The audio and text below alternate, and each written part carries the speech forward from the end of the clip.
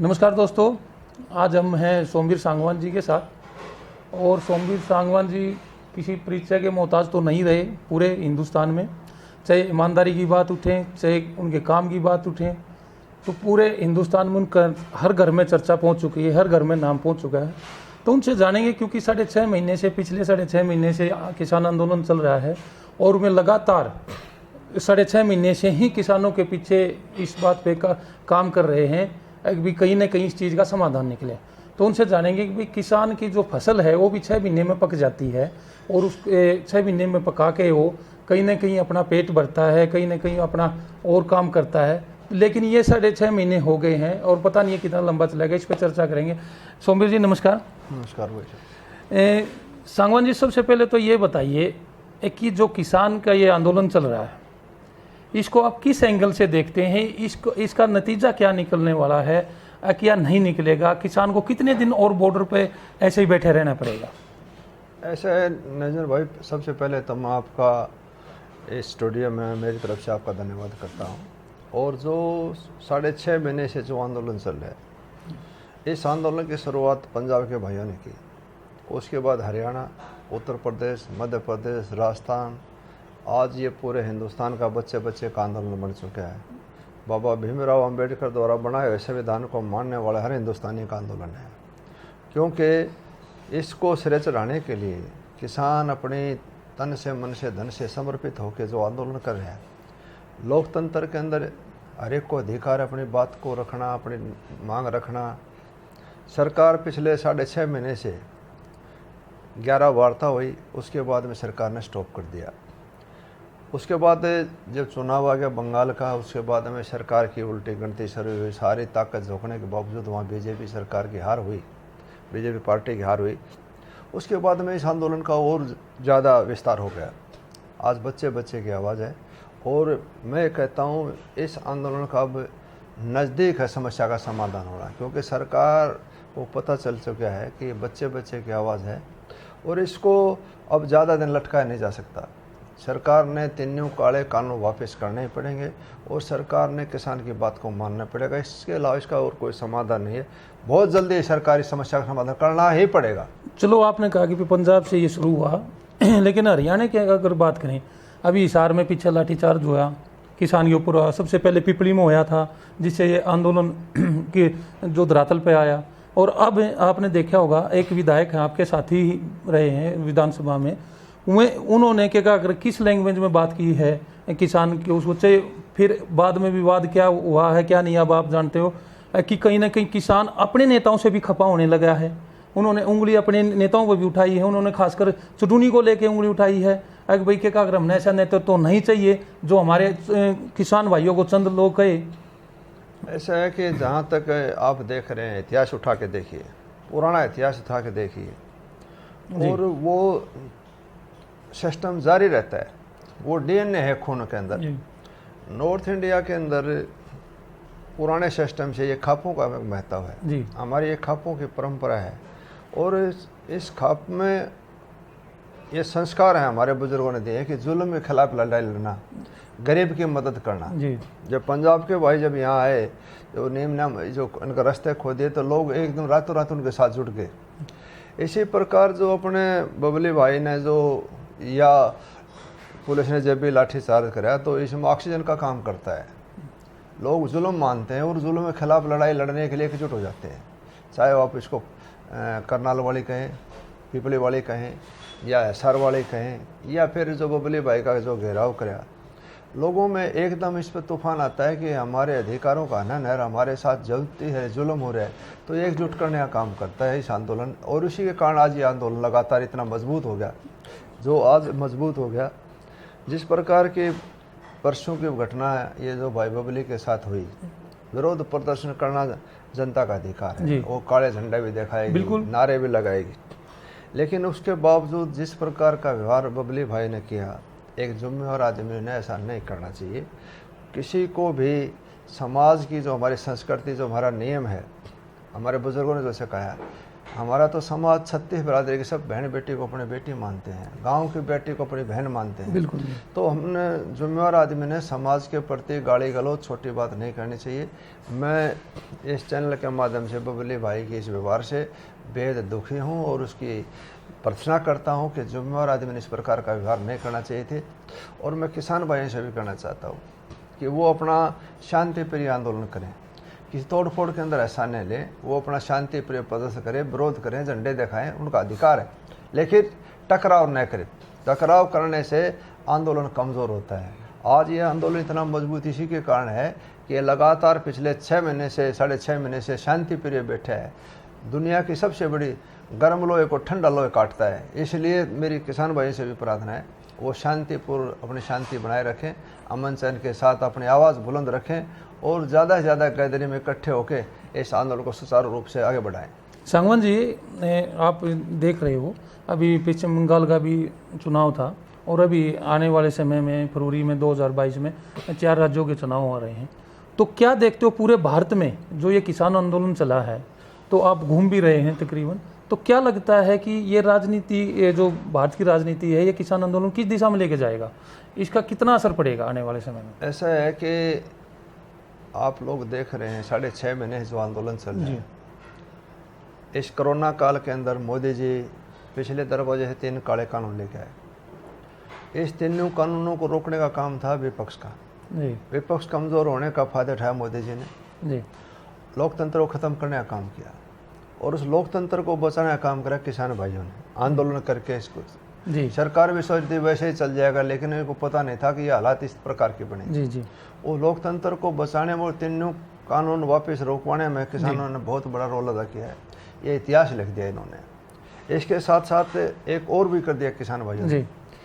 सरदार पटेल जी के बाद देश आज़ाद हुआ, जब 500-700 जो रियासतों को एक करने का काम सरदार पटेल जी ने ताकत के साथ किया। वो बड़े मजबूत आदमी थे, महान आदमी थे, देशभक्त आदमी थे। उससे भी ज़्यादा हटके किसान भाइयों ने एक चीज़ हिंदुस्तान के अंदर साबित कर दी कि जाति पाति मजहब धर्म सब चीज़ को पीछे छोड़ के बिल्कुल एक इंसानियत और एक किसानियत के ऊपर सारा सौदा फोकस कर दिया। मैं हर टोल के ऊपर, हर ढासा बॉर्डर पे, सिंधु बॉर्डर पे, हर बॉर्डर पे, हर गली कुलचे में 24 घंटा में पिछले 6.5 महीने से किसान भाइयों के साथ लगा हुआ हूँ। बिल्कुल। एक मैंने इन्होंने ये कर दिया कि आप शाहजहाँपुर बॉर्डर पर जाएंगे तो हमारे मुसलमान भाई वहाँ लोगों के भोजन की व्यवस्था कर रहे हैं, लंगर चला रहे हैं। एक भाईचारा, भाईचारा स्थापित कर दिया। बिल्कुल। सिंघू बॉर्डर पर, टेकरी बॉर्डर पर पंजाब के भाई चला रहे हैं, गुरुद्वारे गुरुद्वारे में चल रहा है, लंगर चल रहा है। टेकरी बॉर्डर और ढासा बॉर्डर पर हमारी खापे चला रही है, हर टोल पर लंगर चल रहा है। कहीं ना कहीं कोई किसी धर्म का, किसी कास्ट का है, मैंने नहीं रखता। ऐसा व्यवस्था पूरे देश के अंदर कर दिया। और एक काम आपको बताना चाहता हूँ, आप पूछते हैं कि आने वाले टाइम में राजनीति में क्या असर पड़ेगा इस आंदोलन का। मैं आपको ये बताना चाहता हूँ, आने वाले टाइम के अंदर चाहे कोई भी इलेक्शन हो, सरकार वही बनेगी सरकार जिसको किसान चाहे। सांगवान जी, एक चर्चा और है लोगों में कि आज़ादी से पहले और आज़ादी के बाद, खासकर पहले तो काफ़ी आंदोलन हुए, लेकिन एक असहयोग आंदोलन महात्मा गांधी जी ने किया था, वो बहुत लंबा चला था। लेकिन उसमें क्या किया था कि कहीं ना कहीं महात्मा गांधी उससे बैकफुट पे आ गए थे और जनता वहीं बैठी रह गई थी। उन्होंने जैसे जो आंदोलन की नीति लेकर चले थे, भाई हमने विदेशी चीज़ नहीं इस्तेमाल करनी है, अपनी करनी है, और महात्मा गांधी कहीं ना कहीं बैकफुट पाने के बाद भी वो चलता रहा। तो ये अब भी ऐसी ही है, क्योंकि ये बहुत लंबा आंदोलन है आज़ादी के बाद, और अब भी ऐसी चर्चा आने लगी है, किसानों के मुंह से आने लगी है। हमारे जो ये बीच में नेता एग्री कर रहे हैं, ये जो जो किसान नेता हैं और ये इलेक्शन लड़ना चाहते हैं और ये राजनीति हमारे बीच में कर रहे हैं, तो कहीं ना कहीं ऐसा नहीं होगा किसान कहीं इनसे जो बाहर के राजनीति लोग हैं उनकी बजाय इनसे ज़्यादा दुखी हो जाए।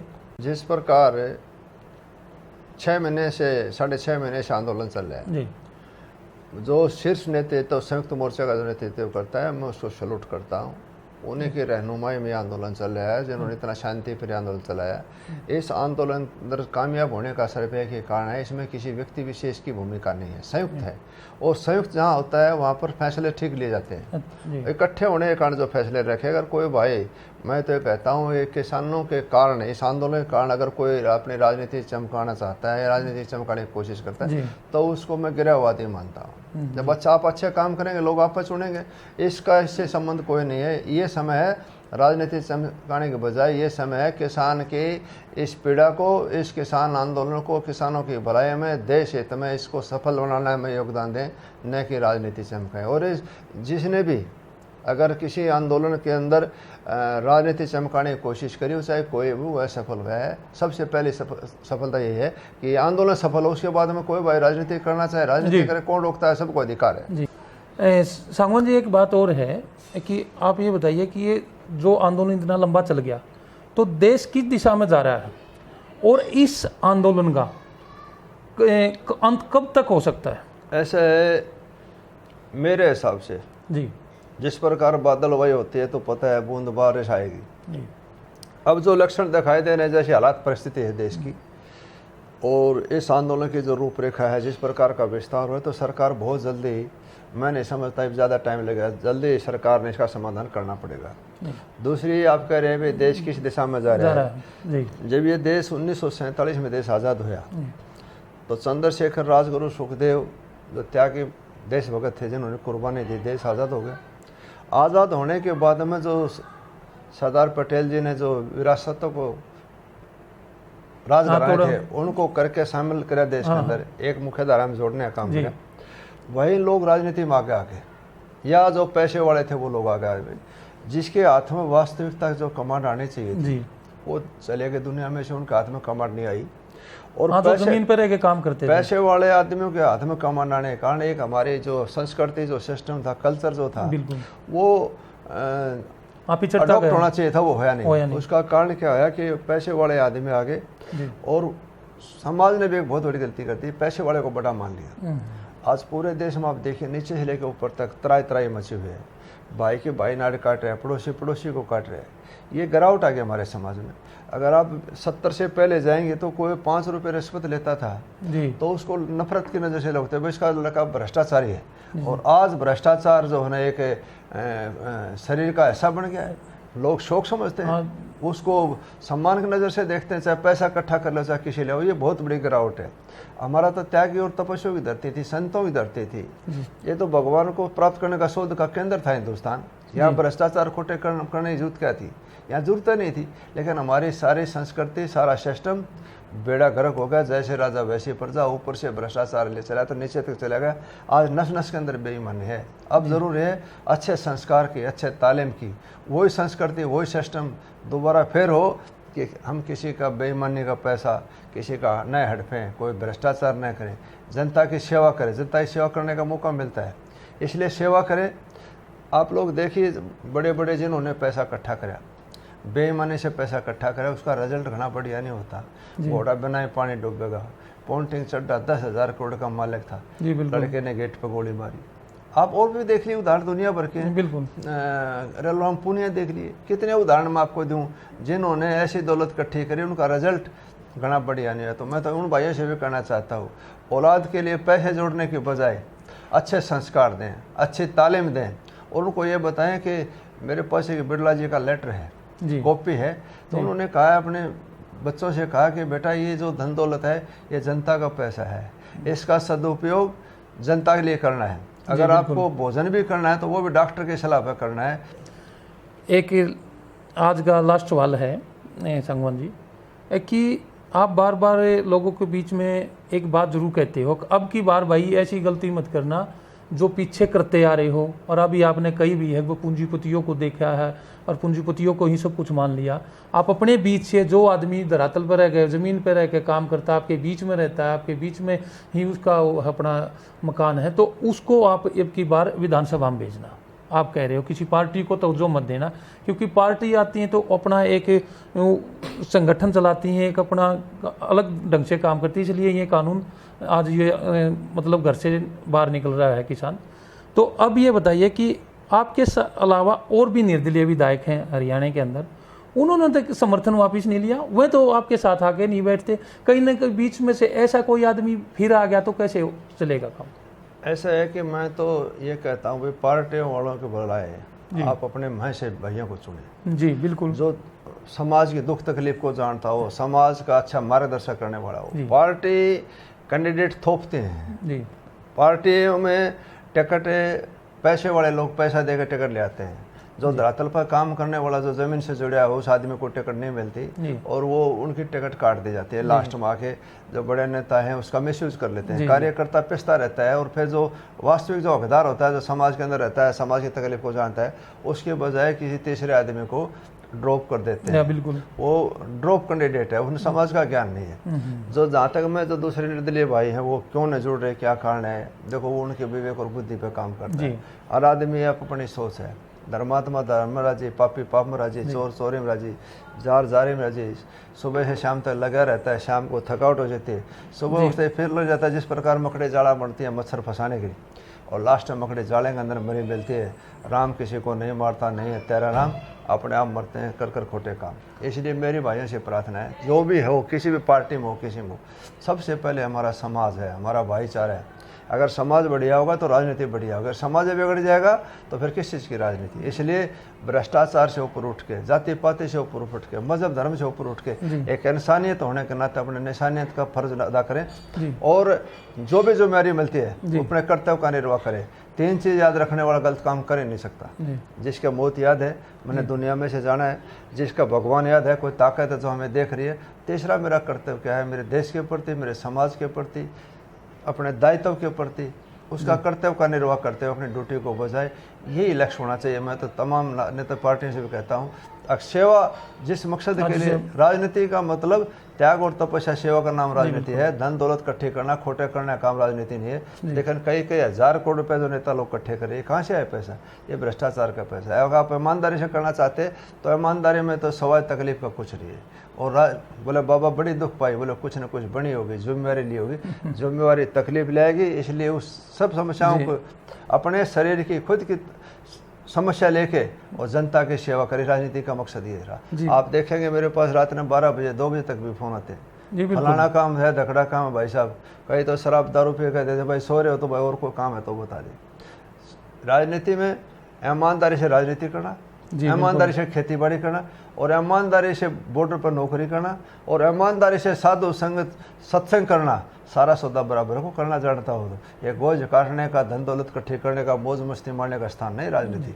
राजनीति तो सेवा भाव है, अगर किसी से करी जाए तो। जी, ये सांगवान जी थे आज हमारे साथ, और इन्होंने बहुत अच्छे लॉजिक देते हैं। जनता के बीच जाते हैं तो कई लोगों में चर्चाएं भी चलती हैं कि इनके लॉजिक सुन के जो हमारी थिंकिंग, हमारी सोच वो पॉजिटिव हो जाती है। सांगवान जी आज के लिए इतना ही काफ़ी।